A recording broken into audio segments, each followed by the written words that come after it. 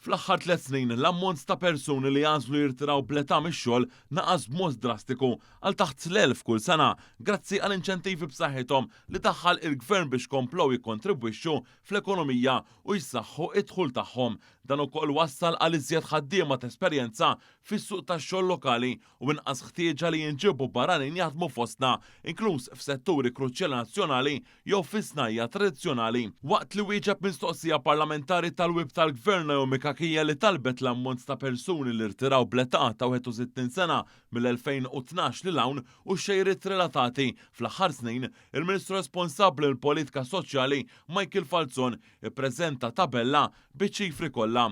Minna joħroġ fost oħrajn li s-sena l-oħra kien hemm kważi 4 darbit inqas persuni li jażlu ma jibqgħux jaħdmu wara il-61 sena meta mqabbel ma' 13 il sena qabel. Dan anke fl-2012 il-popolazzjoni kienet ferm inqas millum. Bis-saħħa ta' deċiżjoni tal-Gvern li introduċi inċentiv lil min jipposponi il-pensjoni kif kien jiġi imbuttat mill-industriji lokali biex ma jintilfux ukoll l-aqwa ħaddiema li għandu il-pajjiż u jibqa' jsaħħu, is-sena l-oħra ġie reġistrat l-inqas ammont ta' persuni li jirtiraw appena laħqu l-età ta' 61 sena. Il-ħaddiema f'pajjiżna jistgħu jirtiraw bil-pensjoni ta' 61 sena kemm il-darba ikollhom biżżejjed kontribuzzjonijiet tas-sigurtà soċjali il-bolol iżda ma tistax taħdem għal daqstant l-inċentiv tal-aħħar snin bidel għal kollox ix-xenarju u iżjed qed jażlu jibqgħu jaħdmu.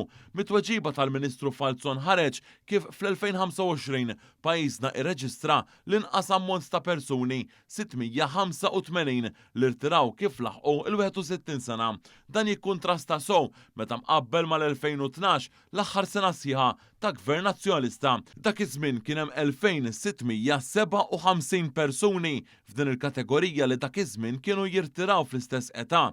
Dan ifisser kważi 2000 iżjed millum. Il-Ministru kompla li fl-aħħar snin iżjed nies għażlu jibqgħu fid-dinja tax-xogħol biex itawlu iż-żmien meta jibdew jirċievu l-pensjoni. Fil-fatt mill-2023 mindu saħħaħ l-inċentiv mill-Gvern dawk li rtiraw kif laħqu il-61 sena skont il-liġi naqsu għall-ewwel darba taħt l-1000. Fis-sena ta' wara niżlu sansitra taħt id-900 u llum il-ġurnata reġgħu niżlu b'madwar 200 oħra biex laħqu l-inqas livell tagħhom. Il-Ministru qal li l-inċentiv li min jipposponi l-irtirar tiegħu iddaħħal l-ewwel darba fl-2016 l-ewwel għall-impjegati fil-privat imbagħad ġie estiż għal dawk fis-settur pubbliku mill-2017. Minkejja dan hu ċar li żieda fl-inċentiv fl-aħħar snin kienet qatih biex iżjed persuni jażlu jibqgħu f'impjeg waqt li bejn l-2016 u l-2023 l-inċentiv kien ifisser 5% iżjed fil-pensjoni għal min jirtira sena tard u 23% għal min jirtira 4 snin wara. Fl-2024 dan żdied għal 6.5% u 29% rispettivament kif għadu sal-lum.